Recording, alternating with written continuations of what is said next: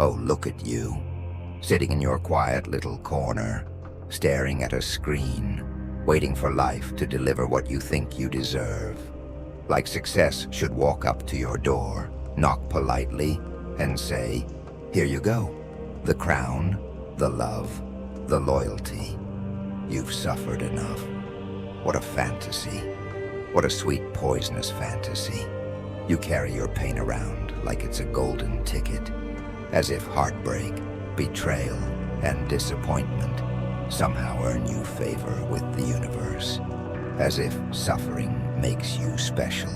It doesn't. Let me break your delusion, because no one else will. Pain doesn't make you chosen. It doesn't make you worthy. It makes you dangerous if you use it right. But you're not wielding your pain. You're drowning in it, soaking in it like a sponge, begging for someone to squeeze the sorrow out and call it healing. Crying, scrolling, comparing yourself to filtered lies, hoping something changes, without moving a damn finger. You wear your scars like medals, but you haven't earned a single victory, because the war you needed to fight is still waiting, and you're too busy waiting for someone else to win it for you. Let's talk betrayal. You act like you were ambushed, like someone snuck behind your back and carved the knife into your spine. But here's the truth, and it's going to sting. You handed them the knife. You smiled while doing it. You pointed right where to stab and begged them to stay. You called it love. They called it leverage. And now you sit there, bleeding, broken, devastated, surprised. Why? Because they took what you freely gave and left you cold. You offered trust, like it was candy, and now you're shocked they devoured it and tossed the wrapper on your chest. Boo-who. Join the club. The world isn't built for the soft. It's not cruel. It's indifferent. It doesn't care how much you cried. It doesn't remember the nights you broke in silence. It doesn't owe you a damn thing. So either rot in your sorrow or rise from it like something they'll never be ready for. And you look like you've been rotting for a while now. So they hurt you. Welcome to the club. Do you think you're the first to be betrayed? The first to be ghosted? The first to be left on read while they entertain someone else with your words still echoing in their inbox? Number. You're just another heart added to the pile. Another soul that learned the hard way that people don't always love the way you do. They don't hold loyalty like you do. They don't mean forever when they say it. They mean until I'm bored, until the thrill fades, until someone else smiles prettier, cries louder, or plays the game better than you did. And you thought your calm was comfort. You thought your consistency was safety. You thought they'd recognize what they had before they lost it. But they didn't. They never do. Because calm doesn't excite. Patience doesn't sparkle. Loyalty isn't trending. They wanted the fire. You gave them warmth. They wanted the storm. You offered stillness. And so they left you standing there, heart wide open, hands still reaching, soul still offering, and they didn't even look back. You know why? Because they thought you'd stay, because you always did. You thought love meant keep proving yourself. But love shouldn't need a defense attorney. They stopped answering. They stopped showing up. They stopped pretending to care. And you kept hoping that silence was healing, not abandonment. But that's the lie they sold you. That if you stayed calm, patient, kind, they'd return. Number. They never meant to stay. They just waited for the moment they could leave without guilt. And now, you're here, alone, questioning everything, spinning in your own thoughts, trying to make sense of a silence that feels like punishment. But listen closely. That silence, that betrayal, that emptiness, it's a gift, not wrapped in ribbon, but in ruin, not given with kindness, but with clarity. Because the version of you that let them walk all over your worth, that version needed to die. And that death, it's your rebirth. So cry if you must, bleed if you have to, but don't you dare try to resurrect the version of yourself that allowed that kind of pain to feel like love. Look at you, still holding on, still whispering their name like it means something in a world where they forgot yours the second someone shinier walked in. You're chasing ghosts, praying they'll turn around and remember you, replaying memories like maybe, just maybe, you missed something, some detail, some sign, some glitch in the timeline that you can fix if you just understand it better. But ghosts don't answer, and the dead don't text back. You're not in love with them anymore. You're in love with the hope that they'll come back and make the pain make sense. But closure is a fantasy. You think if they just gave you one final talk, one honest explanation, that the hole they left would magically close. It won't. You want closure? Here it is. They knew what they were doing. They did it anyway. They saw your worth and walked away. Not because you weren't enough, but because they didn't have the capacity to carry what you gave. You gave them peace, and they mistook it for boredom. You gave them your soul, and they skimmed it like a status update. You're not haunted by them. You're haunted by the version of you that existed when you believed they were real. The soft you, the open you, the one who loved without guardrails. That version of you is buried beneath every unanswered message, every fake smile, every time they disappeared when you needed them most. And yet, you still scroll, you still wait, you still hurt. And that hurt, it's shaping you, carving something inside you.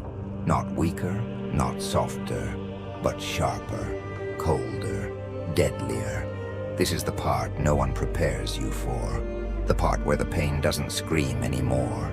It whispers, it digs, it refines. You're being reforged, not in fire, but in absence, in silence, in knowing you were worth everything and still got treated like nothing. So now you have a choice.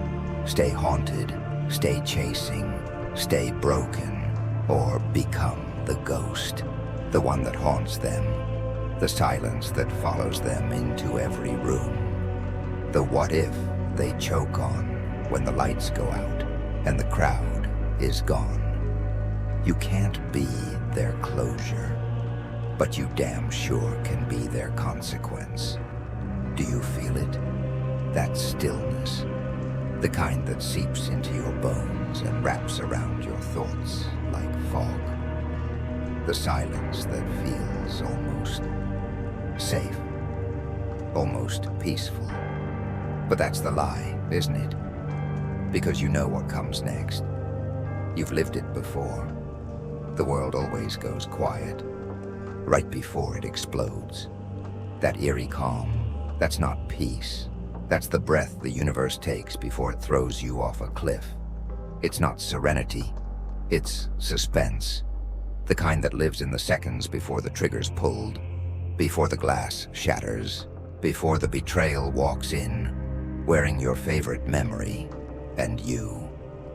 You thought you were healing. You thought sitting still meant safety. that not reacting meant strength, that silence meant recovery. Wrong. Sometimes silence is a countdown. Sometimes stillness is just chaos, waiting for the right moment to strike. You mistook the pause for progress. You thought they were quiet because they were thinking about you. They weren't. They were planning their exit. They were rehearsing their excuses.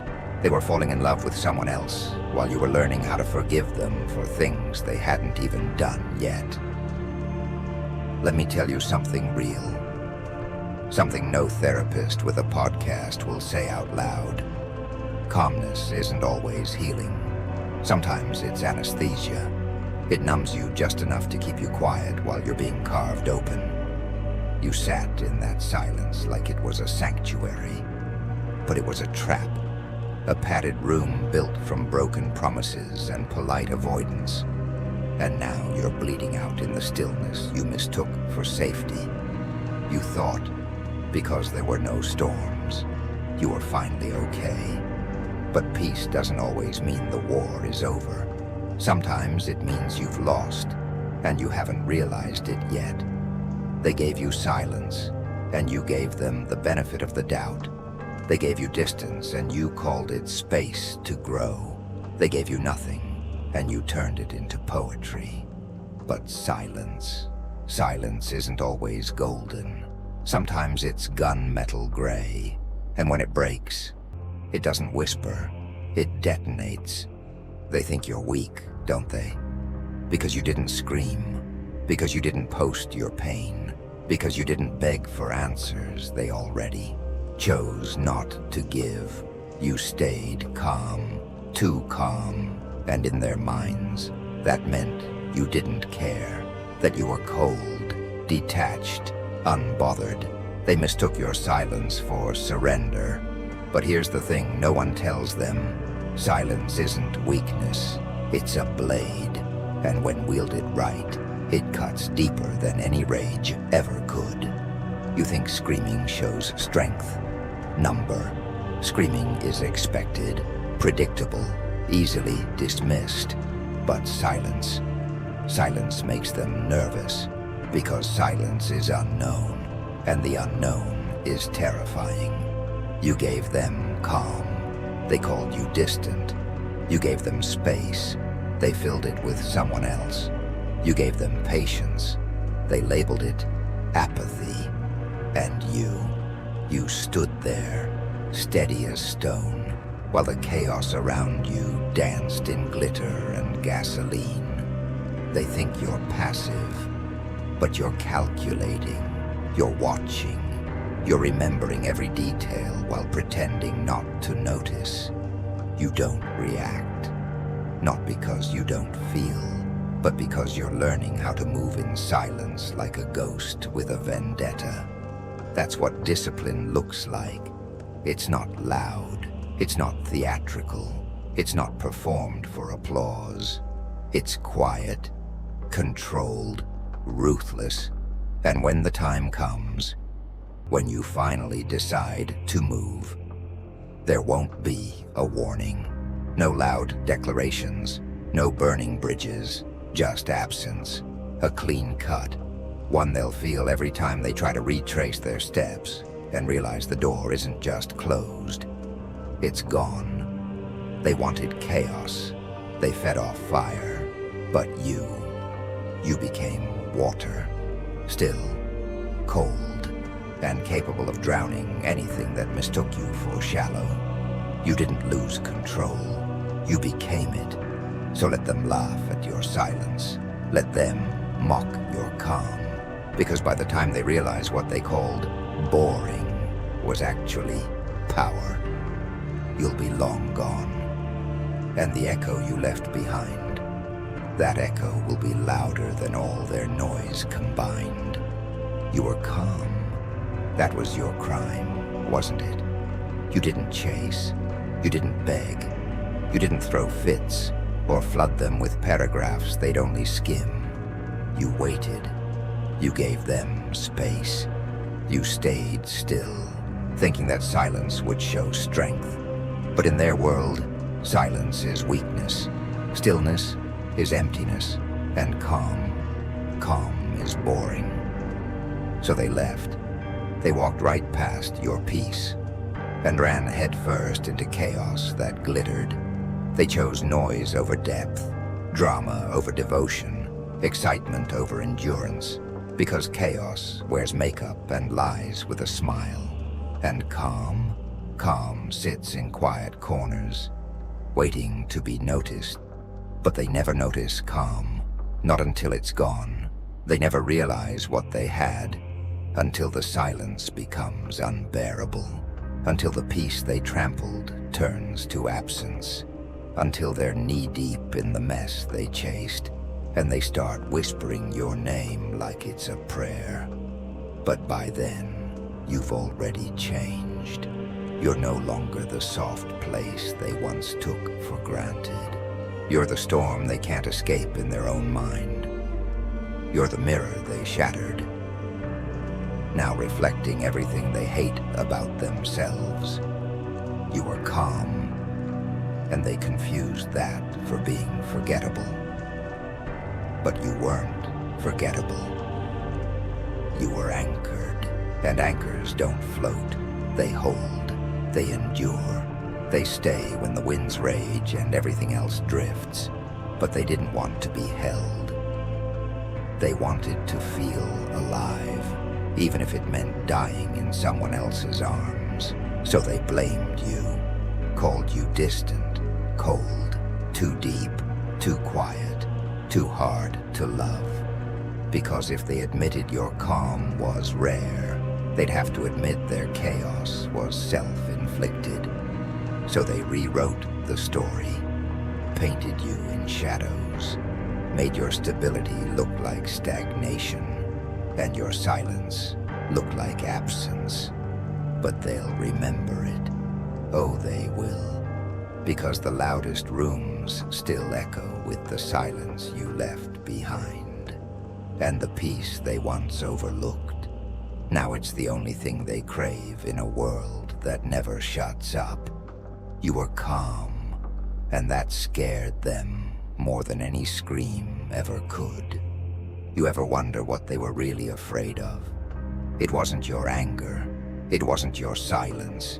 It wasn't even your absence. It was your peace. Because your peace exposed their chaos. Your calm made their noise unbearable. You didn't match their drama. You didn't play their games. You didn't flinch when they tried to trigger you, and that terrified them. They were hoping you'd explode, that you'd lose control, that you'd cry, beg, scream, give them something they could use as ammunition. But you didn't. You stood still. You watched. You listened. And in that silence, they saw themselves. Not the version they post, not the mask they wear in public, but the raw, unfiltered truth. The emotional storm they never learned to calm. You became a mirror, and they hated what they saw. So what did they do? They shattered it. They shattered you. They twisted your stillness into emotional distance. They weaponized your peace, called it a flaw. They said you were too cold, too quiet, too hard to love. But it was never about you. It was about what you revealed. You weren't the villain. You were the reflection. And that's what they couldn't stand. Seeing their own mess staring back at them through your stillness. You made them feel unstable because you were the only thing in their life that didn't beg for chaos. You were steady, and they were a storm pretending to be sunshine. So they ran, because staying with you would mean facing themselves. It would mean admitting their damage, owning their toxicity, confronting the fact that you were never the problem. You were just too real. And people don't want real. They want the illusion. They want the fantasy that lets them sleep at night, even if it's wrapped in lies. So they made you the villain. They painted you black because your clarity made them blurry. But truth doesn't need to defend itself. And mirrors don't argue. They just show. And that's what you did. You showed them everything they didn't want to see.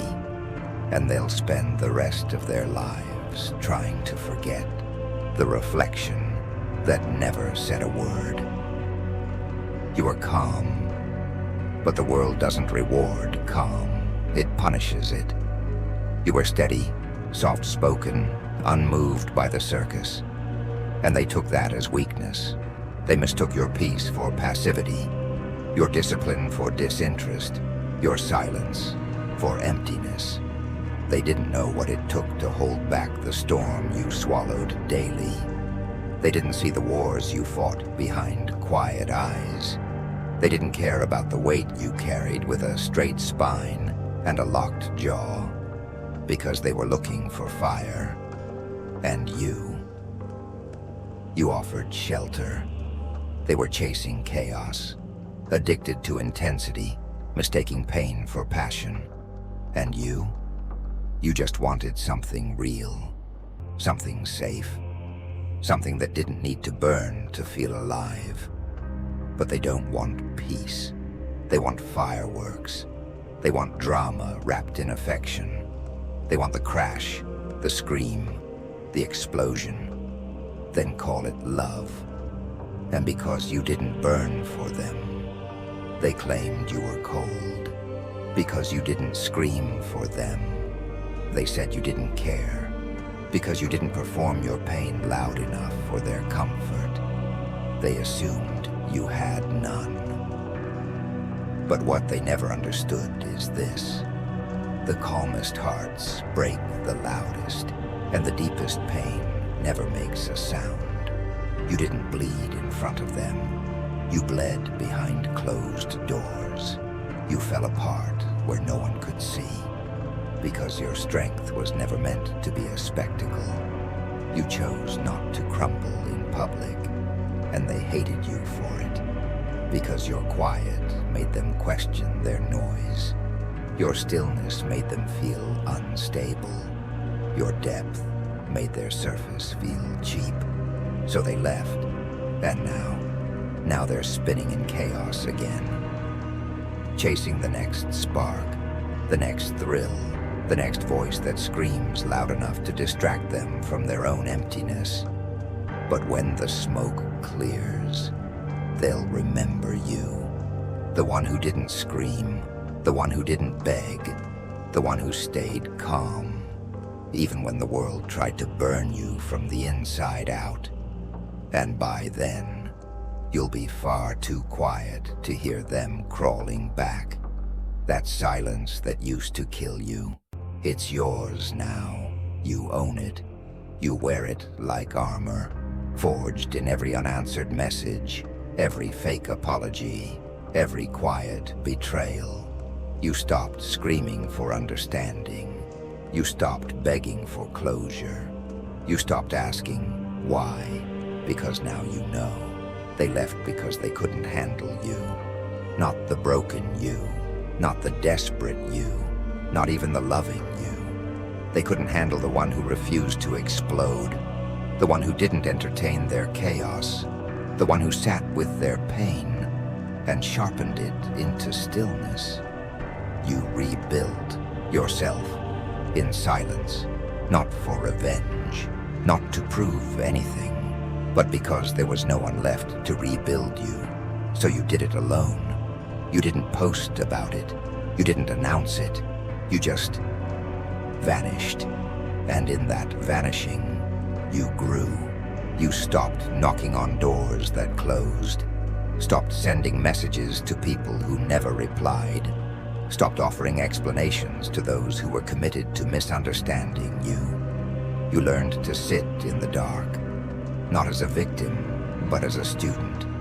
You studied your scars, traced every wound with purpose, not to relive them, but to learn how to never bleed the same way twice.